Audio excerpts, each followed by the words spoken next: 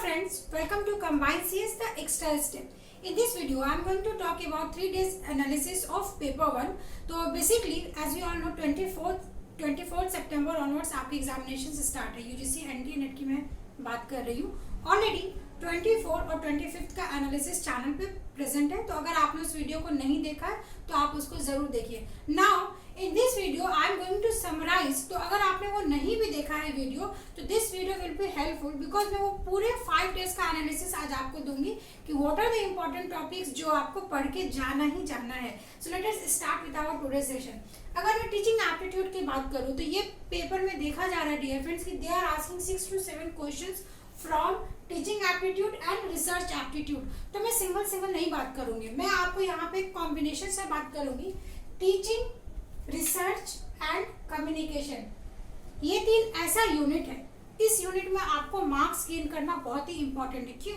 Because जो recent trend देखा जा रहा है उसमें वो क्या कर रहे हैं. एज फॉर एग्जाम्पल, अगर आपने पास्ट ईयर्स में एग्जामिनेशन दिया है तो यू ऑल नो कि क्वेश्चंस जो है वो बहुत लेंदी आ रहे हैं. ठीक है, एक क्वेश्चन में वो 6 to 7 आपके ऑप्शंस रख रहे हैं और आपको एलिमिनेशन मेथड के थ्रू उस क्वेश्चन को सॉल्व करना था.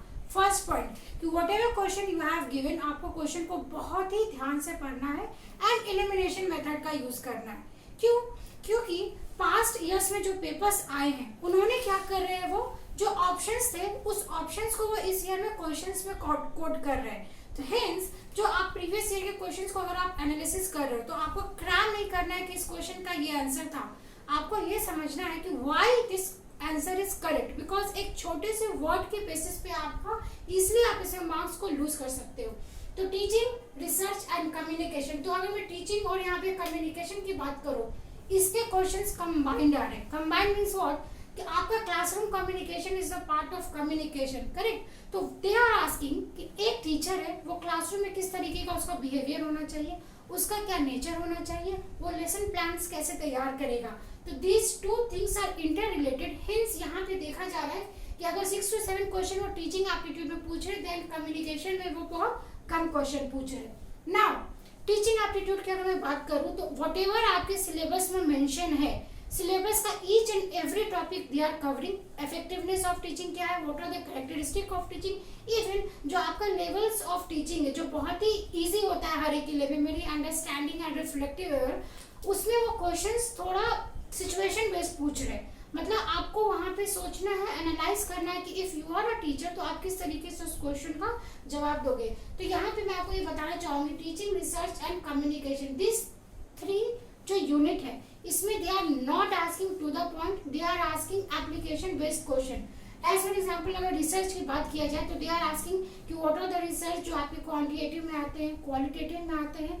अगर सपोज मैंने एक्सपोज फैक्टर रिसर्च की बात करी तो क्या वो क्वांटिटेटिव है, क्या उसमें मैनिपुलेशन हो रहा है, क्या उसमें वेरिएबल्स जितने भी हैं क्या उसमें उसका इफेक्ट हो रहा है. तो कहीं ना कहीं they are judging the concept कि आपने कॉन्सेप्ट को कितनी डिटेल में पढ़ा है.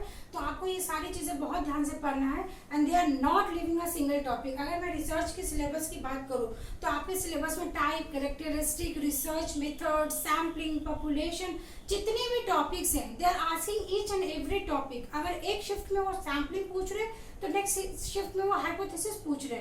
तो आपको क्या करना है, आपको सारे टॉपिक्स को ओवरऑल एक बार गो थ्रू करना है. नाउ कॉम्प्रिहेंशन की भी अगर मैं बात करूँ तो this is very scoring because इसमें आपके सॉलिड 5 मार्क्स मिलते हैं. बट दे आर, ऐसा देखा जा रहा है कि comprehension somehow they are using tricky means what, कि आपको एक लाइन में आंसर्स नहीं मिलेगा. Whatever questions they have given, questions को आपको इन्फर करना पड़ेगा कि रीडिंग कॉम्प्रिहेंशन में उसका मीनिंग क्या निकल रहा है. तो मेरा ये सजेशन रहेगा डियर फ्रेंड्स कि आप डेली बेसिस पे कॉम्प्रिहेंशन, DI, मैथमेटिकल रीजनिंग का प्रैक्टिस जरूर करें. बिकॉज कहीं ना कहीं आपको एग्जाम में ऐसा सोचना है कि आपको कॉम्प्रिहेंशन एक बार पढ़ना है और बहुत ध्यान से पढ़ना है, सो दैट कि अगर आप एक बार ऑप्शंस को देख रहे हो तो आप इजिली बता सको.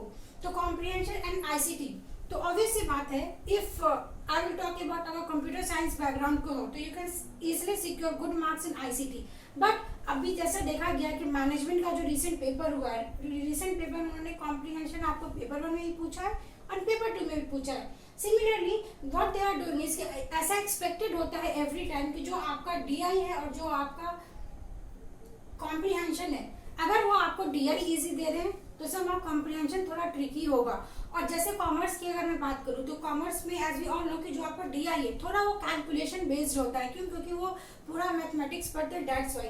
तो अगर मैं ऑन एन एवरेज की बात करूँ तो आपको इन सारे टॉपिक से बहुत ध्यान से पढ़ना, because this are the marks gaining and mathematical reasoning. If your reasoning is good तो आप इसे बहुत अच्छा सिक्योर कर सकते हैं, because they are asking very easy, but वो सारे टॉपिक को कवर अप कर रहे हैं। रेशियो एंड प्रोपोर्शन, आपका परसेंटेज, आपके एज बेस्ड क्वेश्चन, एंड जो इसमें आपका नया ऐड हुआ है मेंसुरेशन लास्ट ईयर ऐड हुआ है, compound interest last year add हुआ है, तो they are asking each and every type of question. तो कहीं ना कहीं इस दोनों पे आपको बहुत अच्छे से फोकस करना है, because if you are getting 10 marks in DI and MR, तो कहीं ना कहीं जो आपका नेट का सपना है वो आपको लेके जाएगा जेआरएफ की तरीके की तरफ। तो आप इसकी प्रैक्टिस जरूर करें।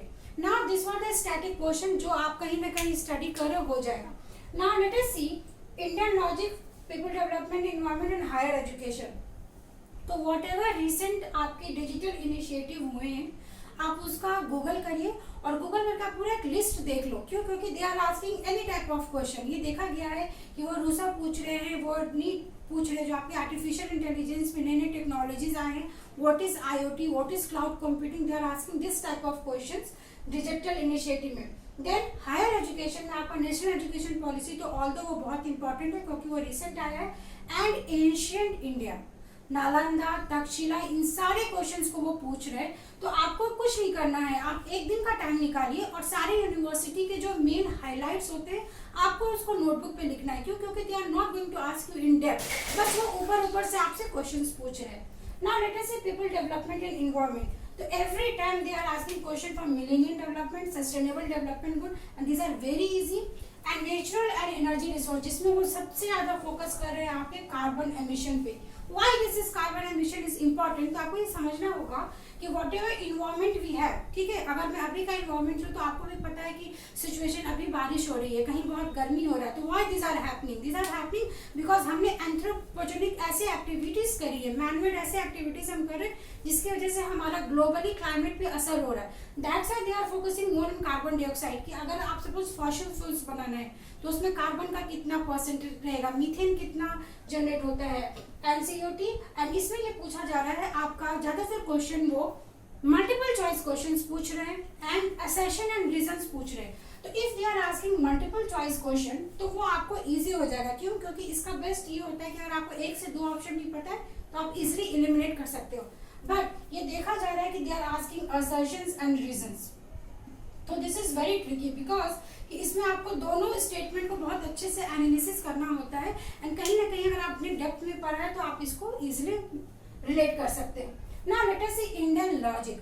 तो अगर आप एंशिएंट इंडिया यहाँ से कवर अप कर रहे हैं तो इसी से आपका इंडियन लॉजिक भी कवर होगा, जिसमें हमें बेसिकली पढ़ना होता है जो हमारे ऑर्थोडॉक्स स्कूल है। ऑलरेडी इस पर मैंने वीडियोस बनाया तो आप उसको जरूर जाके देखें। एंड इंडियन लॉजिक में भी वो थोड़ा डेप्थ में पूछ रहे हैं। क्यों? क्योंकि फ्रॉम 2019 अगर मैं जून की बात करूं तो जून में दिया वास वेरी ऊपर से क्वेश्चन पूछा था, बट बिकॉज कि this is the third time कि इनका सिलेबस का जो पैटर्न चेंज हुआ, दैट्स व्हाई वो समा थोड़ा डीप में जाके पूछ रहे हैं। तो दिस इज ऑल अबाउट कि आपको क्या क्या चीजों में फोकस करना। Now let me explain one important point कि आपको इस समय पे क्या करना चाहिए। बिकॉज जैसा मैंने यहाँ पे लिखा है, बहुत ऐसे लर्नर्स है वो सोच रहे हैं कि पेपर 1 तो हम 5 दिन में कर लेंगे, हम 10 डेज में कर लेंगे। तो कहीं ना कहीं आप अपना जो भी आपका टारगेट आप उसको अचीव नहीं कर पाओगे। क्यों? क्योंकि ये एक्सपीरियंस ऐसा बोलता है कि आपको डेली प्रैक्टिस करना बहुत ही इंपॉर्टेंट है, फर्स्ट पॉइंट। सेकेंड पॉइंट कि आपका जो स्ट्रॉन्ग एरिया है, एज फॉर एग्जाम्पल कि अगर मैं डेली न्यूज देख रही हूँ, मैं अगर डेली न्यूज पेपर देख रही हूँ तो मेरा ये टॉपिक और ये टॉपिक कवर हो जाएगा। नाउ मुझे किस पे फोकस करना चाहिए? डीआई और मैथमेटिकल रीजनिंग पे। तो आपको अपने स्ट्रॉन्ग एरिया को बहुत मजबूत करना है। And next thing I have written frequently asked question. तो जो भी एनालिसिस होता है, आप किसी भी प्लेटफॉर्म से अगर आप एनालिसिस सुन रहे हो तो आपका ये टारगेट होना चाहिए कि जिस डेट को आपने एनालिसिस सुना, अगर आप ये देख रहे हो कुछ ऐसा टॉपिक है जो आपने अभी तक नहीं पढ़ा, तो आपको सेम डे उस टॉपिक को कवर अप करना है, सो दैट कि आप उसको इजिली एग्जाम में कवर अप करो। क्यों? क्योंकि जो मैंने यहाँ पे कार्बन एमिशन की जो बात की है डियर फ्रेंड्स, वो अभी तक जितने भी एग्जाम हुए हैं हर शिफ्ट में उससे क्वेश्चन पूछा जा रहा है। तो ये आपके लिए बहुत ही इंपॉर्टेंट है, जिसमें वो रिसेंट डेटा भी नहीं पूछ रहे हैं 2018 एंड 19 का। दे आर आस्किंग 2014 में डेटा क्या था, 2015 में डेटा क्या था, इवन जो आपका मिलेनियम डेवलपमेंट गोल है उसमें जो आपका गोल 4 है जिसमें हम चाइल्ड मोर्टेलिटी की बात करते हैं, तो दे आर आस्किंग कि उसका परसेंटेज कितना रिड्यूस हुआ है। तो इस तरीके के क्वेश्चन पूछे जा रहे हैं। नाउ अब इंटर लॉजिक बहुत ऐसे लर्नर्स है दे आर सेइंग कि मैम मुझे तो समझता ही नहीं है, I am not going to study. Okay, you don't study, तो आप इसमें क्या कर सकते हो, इस यूनिट में आप पॉलिसी कर लीजिए, आप स्क्वायर ऑफ अपोजिशन कर लीजिए, सिलॉक्स कर लीजिए। क्यों? क्योंकि दीज आर इजी, ये आप इजीली कर सकते हो। इससे भी क्वेश्चंस हर शिफ्ट में पूछे जा रहे हैं। They are asking simple question कि कॉन्ट्ररी स्टेटमेंट क्या है, सब कॉन्ट्ररी स्टेटमेंट क्या है, व्हाट इज पार्शियल अफर्मेटिव। तो ये बहुत ही इजी है, तो आप इजी चीजों पे ज्यादा फोकस करें। क्यों? क्योंकि आप उसमें इजीली मार्क्स गेन कर सकते हो ना। यहाँ पे मैंने ये चार्ट बनाया है, this is the main target for this video making. इस वीडियो बनाने का सबसे मेरा मेन मोटिव ये डियर फ्रेंड्स कि अब आपको मैं ये बताती हूँ क्या करना है। Today is 4th October, correct. You might be seeing video on 5th अक्टूबर, तो मैं ऐसा मान के चलूँ कि 5th अक्टूबर को आपने अगर सपोज ये वीडियो देखा, नाउ नेक्स्ट एग्जामिनेशन आपका 9th अक्टूबर को है, तो आपकी स्ट्रेटेजी क्या होना चाहिए, यू हैव 4 डेज, करेक्ट। अब इस 4 डेज में जितने भी एग्जामिनेशंस हुए उसमें जितने भी टॉपिक्स आ रहे हैं आपको उस 4 डेज में टारगेट सेट करिए और उस टॉपिक को आप कवर अप कर लीजिए। तो इससे ये होगा कि आपने ऑलरेडी एनालिसिस कर ली, अब 9th को एग्जाम है, फिर 9th को जब आप एनालिसिस सुनोगे तो whatever they are doing analysis उसके बेसिस पे आपको 9 से 17 के बीच में उस टॉपिक को कवर अप करना है। क्यों? क्योंकि अगर मैं कंप्यूटर साइंस की बात करूँ तो वी हैव एग्जामिनेशन, आपका एग्जामिनेशन 7th को है, correct. 7th 11th, sorry 7th and I guess 11th is the computer science, correct. मैंने वो मिस कर दिया वहाँ पे, सॉरी। तो 11th अक्टूबर को है, तो आपको कैसे प्लान बनाना है, आप ये मान के चलिए कि आफ्टर 20th अक्टूबर के बाद आपको तो पूरा टाइम रिवीजन पे देना है, करेक्ट। तो 20 अक्टूबर तक आपको पूरा पेपर 1 में जितने भी टॉपिक्स पूछे जा रहे हैं आप सिर्फ उसको फोकस करिए। अभी आपके पास ऑलरेडी अगर मैं देखो 15 डेज है, 50 डेज इज एनफ कि आप एटलीस्ट रिसेंट जो 2 साल के पेपर है उसको आप अच्छे से समझने की कोशिश करिए। क्यों? क्योंकि आपको क्वेश्चंस भी देखना है एंड ऑप्शंस भी देखना है कि why this option is wrong. क्योंकि जब आप ये समझने की कोशिश करोगे कि why this option is correct and why this option is wrong और राइट, देन ओनली आप ये सारे पॉइंट्स को इजीली कवर अप कर सकते हो। तो यहाँ पे मेरा यही फोकस था इस वीडियो को बनाने का डियर फ्रेंड्स कि you have the day, already 5 days का जो भी आपने एनालिसिस सुना है उसके बेसिस पे जो 4 डेज आपका बाकी है उस 4 डेज में आप उस सारे टॉपिक को कवर अप करिए।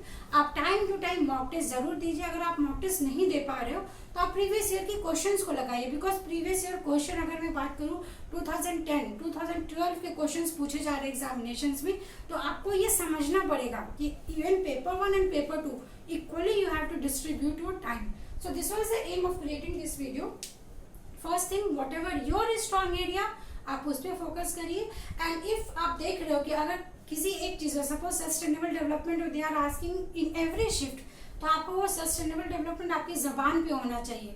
ऐसा ना हो कि आपको मल्टीपल चॉइस क्वेश्चन पूछा and you are doing that questions wrong. So this was the aim of making today's video. If you have any doubt, if you have any query, just put it down in the comment section. And if you like the session, then please do like the session and share with your friends. Thanks for watching. Happy learning. Thank you so much.